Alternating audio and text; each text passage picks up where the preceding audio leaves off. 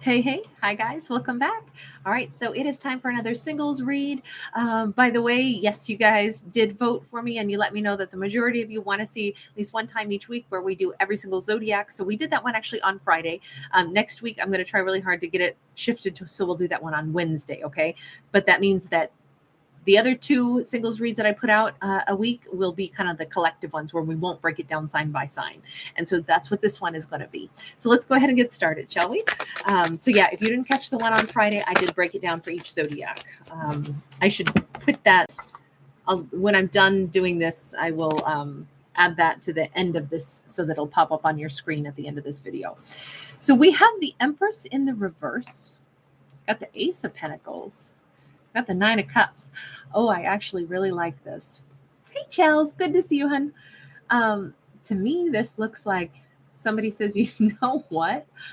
I've come to the end of my rope on this whole situation of maybe I've been holding on to something for a little too long and it really hasn't been bringing me any pleasure. So I've come to the end of the energy I can invest. I'm ready to let go. I don't want to hold on to something anymore that isn't really yielding anything. Maybe it's I don't want to hold on to the old version of me, the old tremendous expectations I put on myself. Maybe I don't want certain people holding on to me, demanding so much of me anymore. Instead, something's got to change. And what really needs to change first and foremost is I want to be happy. I want to enjoy my life. I kind of think somebody got drained a little bit, chewed up and spit out. I think it was just too much work, too much effort, too much constant negativity. Like they couldn't even keep up with all of the expectations that either had been placed on them or things they had placed on themselves, things they were trying to hold on to that were still sifting through their fingers, like trying to hold, handfuls of water. Well, guess what? It's going to come right out of our palms, right? That's the kind of thing that depletes somebody and makes them feel like, what am I doing? I'm holding on to things instead of letting it go. Come to the end of the road and let something new see what else is new. It's really tough to allow something new in if we are, digging in our heels and saying, no, I won't let go. I won't change. I won't let growth happen. I won't surrender things. We have to surrender. We have to surrender all the time, right? We surrender to aging. There's no way to fight it. There are things we surrender to the passage of time. We surrender to the change in technology. We surrender to the way the world shifts. Every time new babies are born, they're going to bring in new ideas. We're going to have new eras of, new groups of humans that are going to invent new things, and it's going to alter the world. And we have to surrender to that. All of that is kind of just like the natural course of things. And I think our character says, yeah, that's true. If everything else is allowed to change and we're allowed to let it go gracefully, why can't I let myself off the hook? Why can't I be allowed to change too? Why can't I quit being the empress that is a glue that holds the whole world together and instead start looking at my own life? I think this was somebody who had a very broad view. They were always trying to do a ton. They were clinging to this concept that they had to keep doing that much. Like, okay, a great example of this, because the empress can be a mother figure, a really great mother or father figure that's like the matriarch or patriarch of the family, who still feels like they are, no matter what age they are, it's like, I mean, maybe I'm getting to be in my 70s now, but I still have to be the person that hosts every holiday at my house and blah, blah, blah. Well, that gets freaking exhausting. Maybe it's time to go ahead and, hand that mantle off to someone else in the family, or not always feel responsible for, I have to do it all.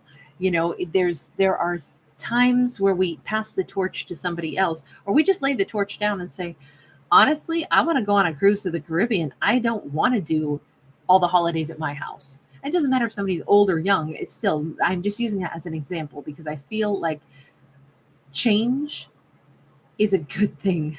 And that's what this character is realizing. The change that they're making is they're going to stop feeling like they have to do so much and put that pressure on themselves. If I don't do it, who will? Well, maybe it won't get done, but that's okay. This character is allowed to still go and attend to their own happiness for a change. I think this is the first time maybe in this character's life that they've ever allowed themselves to do this. It's a profound change that they're going through. And I am so excited for this character. The fact that they're going to attend to their own happiness. Maybe this is someone who's saying, I don't want to host all the holidays at my house every year. I want to take a cruise. I don't want to do a ton of gifts all over the place. I need a little vacation myself. So that's what I'm going to do instead. We got the Seven of Cups. This is such a cruise card to me. This is like somebody going to an island and saying, oh my God, how wonderful would that be? I think of what I could do if I got a little bit of free time. Think of what I could do. Oh, Homesick for Hills. I love me some ABBA. That's a great message. Karen Bishop, Kemi Secord, wonderful to see you. Thank you guys for all the adorable hearts. I love it. Inspiration of Pentacles is here as well. Yeah, I think that we have a character who is really thinking now. They're not just thinking, I correct myself. They are putting it into action. They've come to the end of a road. We'll just keep using this idea of hosting the holidays as being like a kind of a massive thing that someone is saying, this is the last year I do this. I'm not going to do it again. Instead, I'm going to let everybody know this is the last time I do this. I'm making a change. I'm going to, I got to take care of me. I got to take a little bit more care of me. That doesn't have to be the holidays, but that's just a good metaphor for this. It could be anything, but our character is finally saying, I'm going to make the announcement. I need to take care of myself for a change. And now they're getting excited. Now they're like, oh my God, what would that look like? What are the things I could do? I could take a cruise. I could go take a vacation. I could, instead of spending thousands of dollars hosting events, I could spend that money, save it, and go on a trip. Oh my God, I could write a whole different adventure for my life. I'm being inspired. And we see the little light bulb is here over their book of life. I really do think that our character needed to put up some boundaries. Now, the only thing I think is a little bit like, I feel bad for our character, or that it's a little bit sad, is that they had to get this fatigued before they put up a boundary. In an ideal world, we wouldn't have a character who tried so hard to hold on so tightly to all of the expectations that they placed upon themselves or that others put upon them before they finally said, no, something's got to change. But, sometimes we don't make a change until something becomes unbearable. So regardless, we have a character now moving toward their happiness, which I think is really good. And the only thing is, I don't think they've ever allowed themselves to do this. Look at this, the world, so different. They feel like, oh my God, I've made this choice. I've made this declaration. I came to the end of my rope. I've put this into motion. And they keep getting more excited. They keep getting more ideas about what they could do, how they could change their life. It keeps feeling like somebody who has never been able to travel, never been able to do certain things because they always needed to be around for everybody else, or they were the person who would always work everyone else's shifts while other people went on vacations. They're finally saying, I'm going to get to be that person who takes that break. I can't believe it. I'm going to fly around the world. I'm going to be the butterfly that transforms my life and has great stories about, reading books on some tropical beach, and heck, maybe I'll write a book about my adventure. Maybe I'll travel the whole world. It just feels like it's such a new chapter. And this character is a little bit giddy with all of the newness. And it's so nice to see a character is finally allowing themselves. Oh, wow. 3 of Swords. Maybe they were pushing themselves so hard, not allowing themselves any breathing space because they had actually been really brokenhearted. And maybe they threw themselves into, let me put it this way. I think this is starting to feel like an empath story to me. If an empath gets really wounded, what do? This empath, and maybe a lot of them, I don't know. Again, this is fiction, right? I'm not telling anybody what their life story is or telling any truth here. But if an empath gets brokenhearted, they may say, I feel so much pain. You know what? I bet so many other people feel pain too. I should focus on their pains, help them heal from their stuff. I should, in fact, work myself tirelessly and go find people who've had pain so that I can help them get beyond their pain. That's what I want to do. I want to heal the hole in everybody else's heart because I know just what that feels like. And maybe that way I can, I don't even know if they realized that they needed to heal their own heart, but they instead projected it outward. All that compassion that maybe they should have given to themselves. They were like, oh my God, I hurt so bad. let me go out and find other people that hurt that I can pour my energy into. And maybe they did this for a long time. They became, the super mom. They became the super person, the one who gives and gives and gives to everybody around them, all because it was deflecting from their own hole in their own heart, is what this suggests to me. Um, I could definitely see that happening. I've witnessed really kind people who've done exactly that. Really, really good people that have been really wounded, who then, instead of healing their own wounds or feeling like they deserved something, they went and they just poured so much into others, and made other people's lives even more fabulous, but still at the expense of draining themselves. And it's so wonderful to see characters flipping that story over and saying, no, I'm going to actually take care of me now. Now, that could be a moment, though, where they are faced now with that unhealed wound, their own little hole that they didn't. It's like they needed to stuff this little hole, fill that up with all kinds of nice things, and then seal it shut and, mend and repair their own wounds. But I think they put that on delay. They buried it. And now it's going to come to the surface. And that's not a bad thing, I don't think. I think this character needs to be able to see it and deal with it now. They're awakening. This is so beautiful. This is the Judgment card. This is so, I think they did such a great job on this card. I've never seen any card that did the brilliant light better than this one. We see the angels are like coming in, like celebrating. Oh, Natalie D, thank you so much, sweetheart. The angels are like coming in and celebrating for this character, saying, yes, finally, darling, finally. That's what we've wanted for you all along. We've wanted you to go ahead and heal this, reconcile what you need to for your own heart healing. You don't have to go give to more people because you're wounded, and so you want to take other people's hurt away that's been hurt just like you have. We wanted you to take care of you. And you're getting the memo now. Maybe it's because you fatigued out, but still, at least you're getting the memo now. And you're going to heal, times 10. And you've done a lot of good for other people. So you probably got some really great karmic brownie points now too. It feels like, I feel like this character is really going to be more in touch with their spiritual side. They may even finally ask the universe for some help to heal their own heart as well. They may finally reflect and say, wow, I have tried so hard to make sure other people didn't have to feel as hurt as what I've felt, or try to lift people who got wounded the same way I did. But wow, I never let myself heal from my own stuff. Okay, angels help me now, universe help me, whatever this person believes in, whatever they call out to.